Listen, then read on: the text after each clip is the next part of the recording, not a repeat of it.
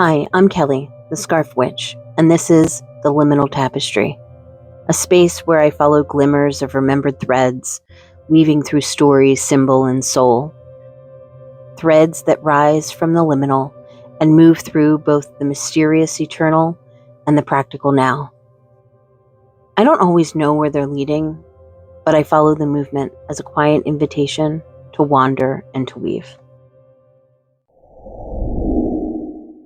And so here we are, living in the density of duality and individuation, feeling empty or incomplete because there's a part of ourselves that remembers, however softly, that we are part of a whole. And I catch myself here grouping us all together again. So let me pause. Let me speak from my experience. Let me not rope you into this worldview without your consent. There's this tension I keep running into between the part of me that believes in oneness and the part of me that knows we're all our own fractal expressions of that source. It's the kind of tension that holds everything in place, the kind that makes music, the kind that stretches between truths, sacred tension. For a while, I thought I was just circling yin and yang, light and dark, inhale and exhale. But this tension, it runs deeper than opposites. It expands past polarity into a whole field of pull and push, perception and truth, action and surrender. It's not a straight line. It's a vibrating web. At first, I wanted to sort every duality into a clean container, masculine, feminine, light, dark, good, evil. But I kept tripping over the societal baggage that these binaries carry. And the more I tried to simplify, the more I found myself tangled in cultural history, gender expectations, spiritual projections. It's all so layered, so loaded. And when I sit with it, I realize maybe the tension isn't a trap. Maybe it's a tool.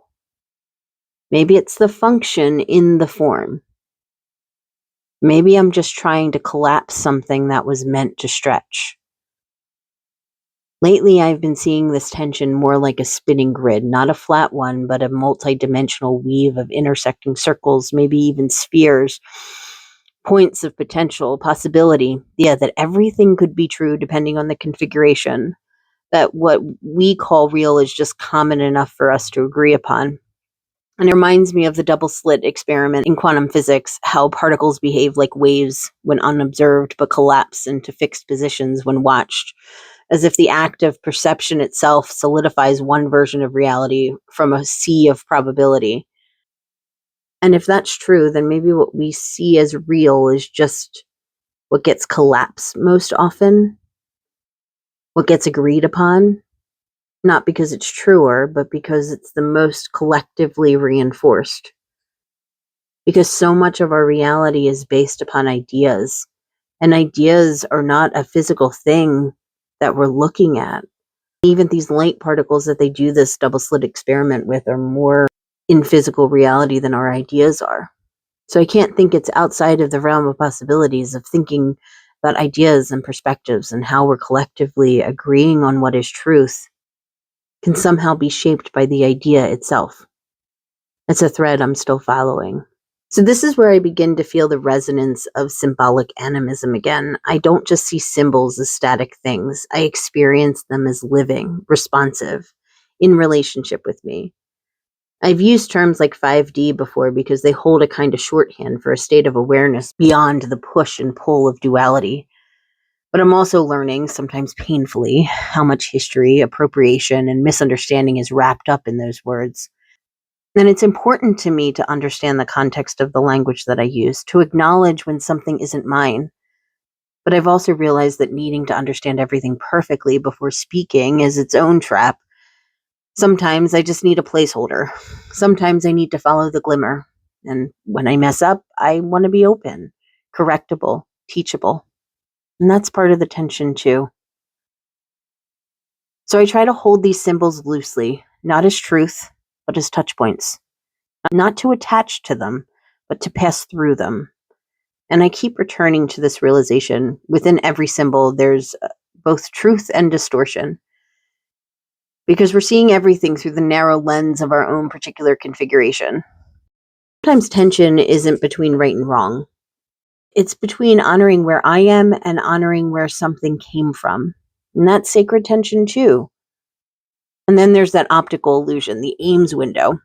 It's like a trapezoid window on a string. It's a flat piece of cardboard shaped like a window pane, but one side is longer than the other. When it spins in a full circle, our eyes don't register the motion correctly. Instead of seeing it rotating 360 degrees, we perceive it as swinging halfway and then reversing back and forth endlessly.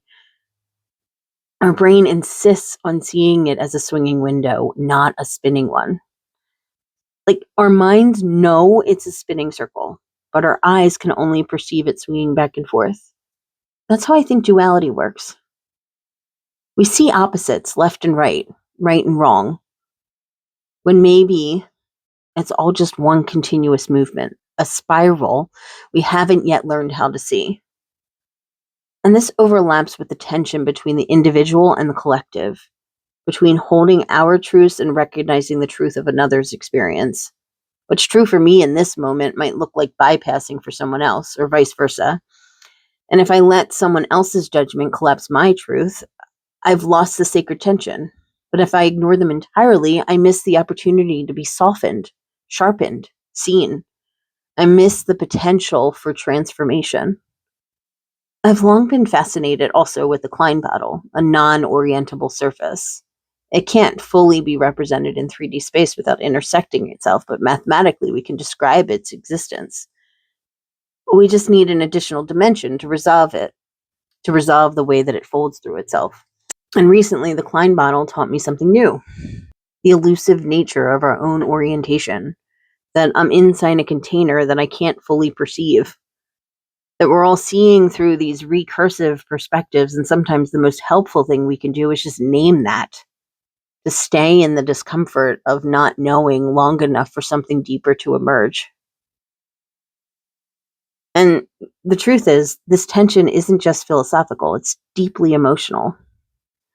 I feel it in the core of my desire to be of service. I want to help.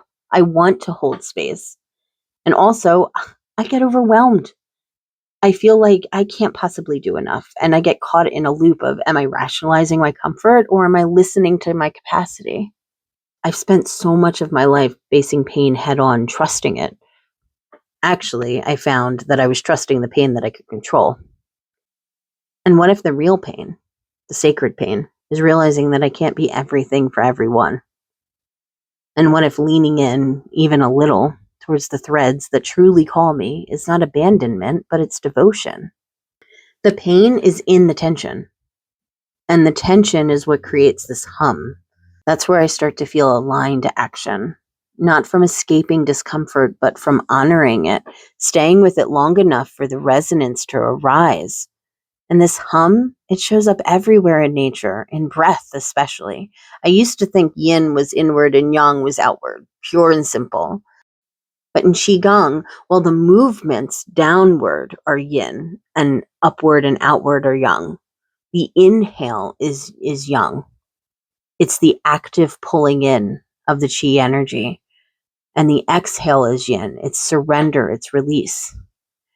And that flipped something for me because I've always associated breath with direction. And now I see it as a function, movement, flow.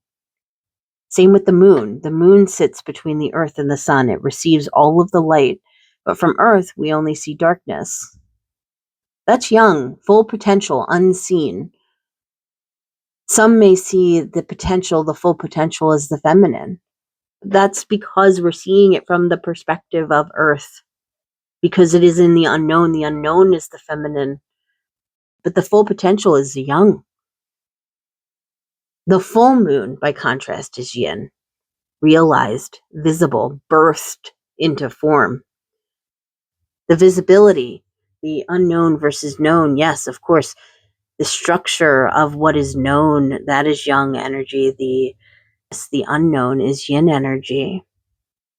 And either way, it's the relationship, it's the dance. This is where one always contains the seed of the other. They are both and neither. And even the ocean, deep and dark, feminine, yes, but also powerful, violent sometimes, creative. Archetypes are not categories, they're movements, they breathe. That's why I've come to see symbolic system as ways of navigation, not definition. I explore archetypes not to fix them into place, but allow them to be put into form so that I can learn how to walk with them. In James Cameron Avatar, The Way of the Water, there's a line, "The way of the water has no beginning and no end. The sea is all around you and in you. The sea is your home, before your birth and after your death." And while that speaks to cycles, it also mirrors something that I felt, the desire to speak symbol into form. That's the way of the earth. Grounding the idea into embodiment so that we can experience it. One that I've been honoring as a devotional practice. The tension isn't just between categories, it's between living them. And for me, that often looks like a dance between the call to act and the need to rest, between certainty and curiosity, between groundedness and wonder. So I keep coming back to my rituals, my practice of rooting into the world of matter while opening to the world of spirit, of allowing myself to be swept up in inspiration, knowing I'll pause later to reflect, to refine, to integrate. Because I trust myself to return. I trust myself to get it wrong and come back. I trust that what seems off course might actually be part of the map. Well, I'm beginning to trust myself to return. This is probably why Moana's 2 song Beyond was so powerful to me. That there's really a theme here of water movies. Maybe that's a thread to follow or just a synchronicity. My higher self winking at me that I'm on the right track. Anyway, in that song, Moana first questions, will I lose myself between all that we know right here and what's out there beyond? But then finds her resolve to go beyond, proclaiming, although I don't know when, I will reach these sands again, because I know who I am. I am Moana of the land and sea. It's such a beautiful representation of anchoring to one's individual thread while navigating the tension through the liminal. There's another line that stays with me from Moana's grandmother. I don't know where your path leads, but I know we never stop choosing who we are. That line always gets me because it honors the truth that identity isn't a fixed destination, but a continuous act of remembering. My sacred tension won't be yours, but I do believe that we all carry our own version of it. Maybe the tension isn't something to heal. Maybe it is the healing. Maybe what's sacred is not resolution, but relationship. I don't have the answer, but I'm starting to see the beauty in not needing one. So, thanks for listening. I hope you meet me here again, between the mysterious eternal and the practical now. Until then, may the threads tug gently and your weaving be effortless.